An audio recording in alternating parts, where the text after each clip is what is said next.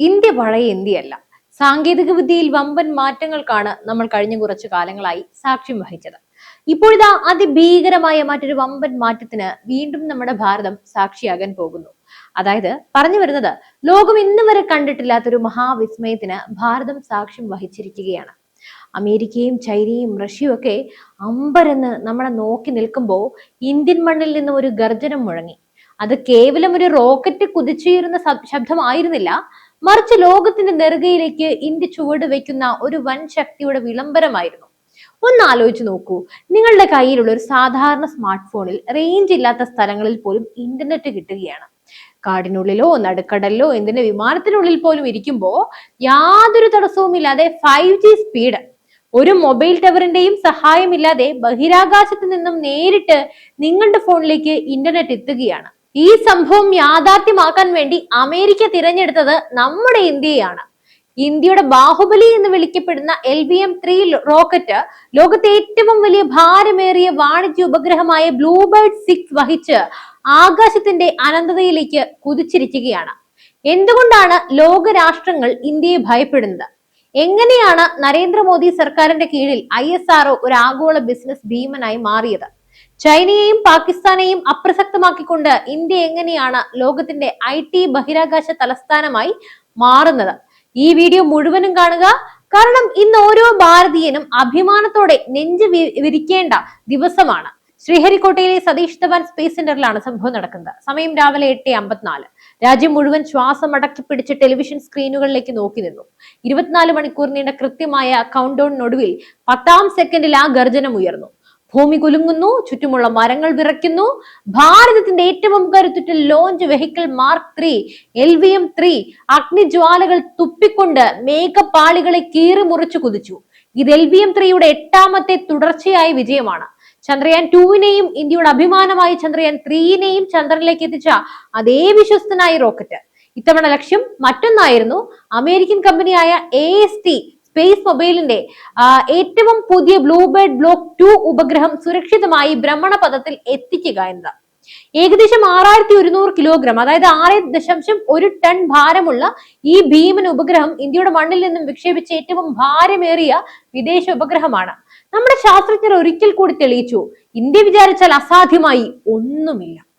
നമ്മൾ സാധാരണയായി mobile internet ഉപയോഗിക്കുന്നത് നമ്മുടെ വീടിനടുത്തുള്ള ടവറുകളിൽ നിന്നുള്ള സിഗ്നലുകൾ വഴിയാണ്. എന്നാൽ മലനിരകളിലോ കടലിലോ പോയാൽ റേഞ്ച് കിട്ടില്ല. ഇവിടെയാണ് ബ്ലൂബേർഡ് ഉപഗ്രഹങ്ങളുടെ പ്രസക്തി. ഈ ഉപഗ്രഹത്തിന് 223 ചതുരശ്ര മീറ്റർ വലുപ്പമുള്ള കൂറ്റൻ ആന്റിനകൾ ഉണ്ട്.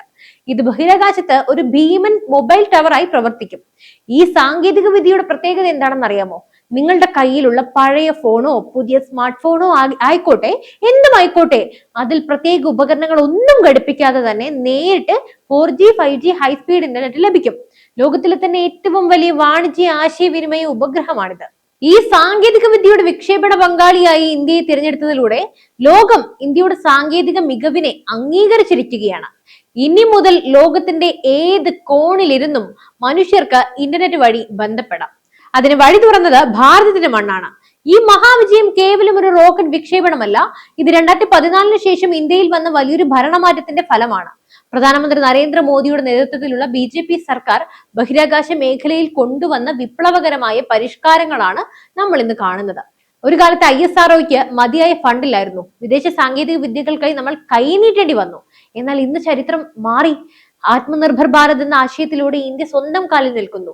ബഹിരാകാശ മേഖല സ്വകാര്യ പങ്കാളിത്തത്തിന് തുറന്നു കൊടുത്തതോടെയാണ് ന്യൂ സ്പേസ് ഇന്ത്യ ലിമിറ്റഡ് അഥവാ NSIL രൂപീകരിക്കപ്പെട്ടതും ലോകത്തിലെ വൻകിട കമ്പനികളുമായി കോടിക്കണക്കിന് രൂപയുടെ കരാറുകൾ ഒപ്പിടാനായി നമ്മുടെ ഇന്ത്യക്ക് സാധിച്ചതും. മുൻപ് വിദേശ ഉപഗ്രഹങ്ങൾ വിക്ഷേപിക്കാൻ റഷ്യയെയും യൂറോപ്പിനെയും ആശ്രയിച്ചിരുന്ന കമ്പനികൾ ഇന്ന് ഇന്ത്യയിലേക്ക് വരികയാണ്.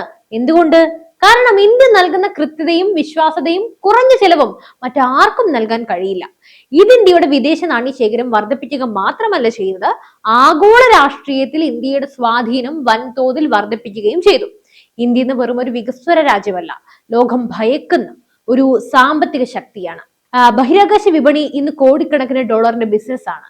ഈ ബിസിനസ്സിൽ ഇന്ത്യയുടെ വിഹിതം വർദ്ധിപ്പിക്കാൻ ബ്ലൂബേർഡ് 6 വിക്ഷേപണം സഹായിക്കും. ഓരോ വിക്ഷേപണത്തിലൂടെയും ഇന്ത്യയിലേക്ക് ഒഴുകുന്നത് കോടിക്കണക്കിന് രൂപയുടെ വിദേശ നിക്ഷേപമാണ്.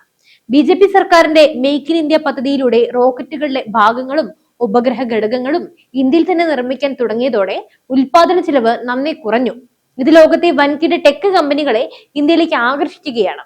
ഗൂഗിളും ആമസോണും അടക്കമുള്ള കമ്പനികൾ ഇന്ന് ഇന്ത്യയുടെ ബഹിരാകാശ മേഖലയിൽ താല്പര്യം പ്രകടിപ്പിച്ചുകൊണ്ട് രംഗത്തേക്ക് എത്തുകയാണ്. അവർക്ക് ഇന്ത്യ വേണം. ഇന്ത്യ ഇന്ന് എല്ലാവരെയും ആകർഷിക്കുന്ന ഒരു രാജ്യമാണ്. ഇതിലൂടെ ലക്ഷക്കണക്കിന് ഇന്ത്യൻ യുവാക്കൾക്ക് തൊഴിലവസരങ്ങൾ ലഭിക്കുന്നു. ഇന്ത്യയുടെ സാമ്പത്തിക വളർച്ചാ നിരക്ക് 7% മുകളിൽ നിൽക്കുന്നതിന് പിന്നിൽ ഇത്തരം അതിനൂതനമായ പദ്ധതികളുടെ വിജയമുണ്ട്. നമ്മുടെ അയൽ രാജ്യങ്ങൾ ഈ വിജയങ്ങളെ അസൂയയോടെയാണ് നോക്കിക്കാണുന്നത്. ചൈനയും അമേരിക്കയും പാകിസ്ഥാനും എല്ലാം അതിൽ ഉൾപ്പെടുന്നു.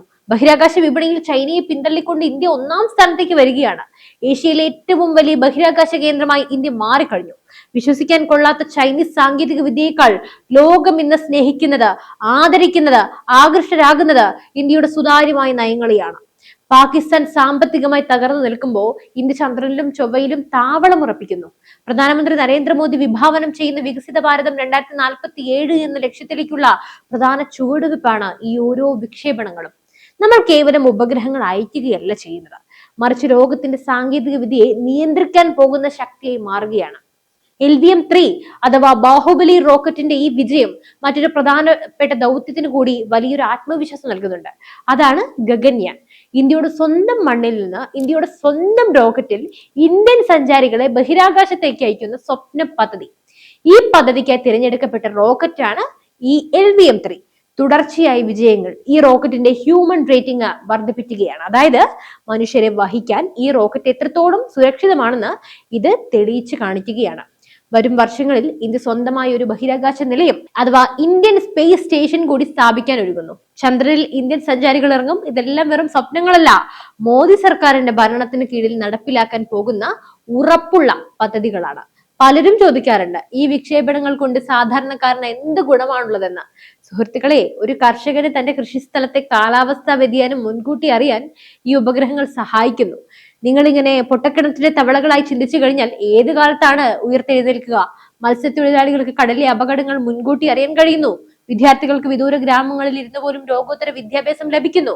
ഇന്ന് നമ്മൾ ഉപയോഗിക്കുന്ന ഡിജിറ്റൽ പേയ്മെന്റുകൾ മുതൽ GPS വരെ നിയന്ത്രിക്കുന്നത് ഈ ഉപഗ്രഹങ്ങളാണെന്ന് ഇടയ്ക്കൊക്കെ ഒന്ന് ചിന്തിക്കുന്നത് നല്ലതാണ്. എല്ലാവരും പറയും ISROക്ക് ഇത്ര കോടി കൊടുക്കുമ്പോൾ എത്ര പട്ടിണി പാവങ്ങളുണ്ടെന്ന്. ബ്ലൂബേർഡ് 6 പോലെയുള്ള ഉപഗ്രഹങ്ങൾ വരുന്നതോടെ ഇന്റർനെറ്റ് ലഭ്യത ഒരു മൗലികാവകാശമായി മാറുകയാണ്. ഇന്ന് ഭാരതം ലോകത്തിന് മുന്നിൽ തലയുയർത്തി നിൽക്കുന്നു. ഇത് സുഭാഷ് ചന്ദ്രബോസിന്റെയും സർദാർ പട്ടേലിന്റെയും നാടാണ്. ഈ മണ്ണിന്റെ കരുത്ത് ലോകം തിരിച്ചറിഞ്ഞു കഴിഞ്ഞു. ISROയിലെ ഓരോ ശാസ്ത്രജ്ഞനും ഈ ദൗത്യത്തിന് പിന്നിൽ പ്രവർത്തിച്ച ഓരോ തൊഴിലാളിയും ഭാരതത്തിന്റെ അഭിമാനമാണ്. അവർക്ക് എല്ലാവിധ സൗകര്യങ്ങളും സ്വാതന്ത്ര്യവും നൽകി മുന്നിൽ നിന്നും നയിക്കുന്ന നമ്മുടെ സർക്കാരിനും ഒരു വലിയ കയ്യടി നൽകേണ്ടതുണ്ട്.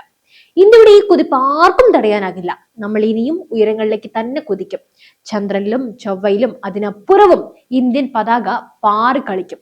ഈ അഭിമാന നിമിഷം ഓരോ ഭാരതീയനിലും ആവേശം നിറയ്ക്കട്ടെ. നിങ്ങൾ ഈ വിജയത്തെ എങ്ങനെ നോക്കിക്കാണുന്നു? ഭാരതത്തിന്റെ ഈ കുതിപ്പിനെ കുറിച്ച് നിങ്ങളുടെ അഭിപ്രായങ്ങൾ എന്തൊക്കെയാണ്? തീർച്ചയായും അവയെല്ലാം ഊർജ്ജസ്വലരായി തന്നെ താഴെ കമന്റ് ബോക്സിൽ രേഖപ്പെടുത്തുക. മറ്റു വിഷയമായി വീണ്ടും എത്തും വരെ നന്ദി.